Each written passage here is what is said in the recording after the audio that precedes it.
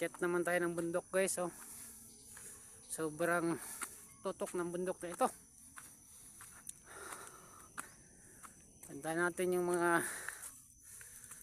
alaga natin doon sa taas. Kung basta na nakapatirik talaga ng bundok na ito.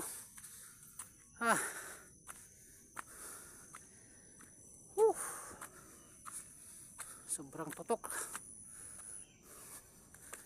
Pero sulit naman kasi kita natin yung mga alaga natin.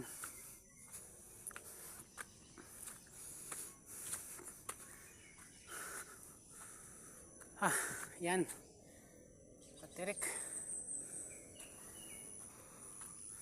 Nahaw, pambansang dahon. Yan ang kasamaan ko, si Boy Banakon. Yan, narinig yung huni ng mga langgam, ibon.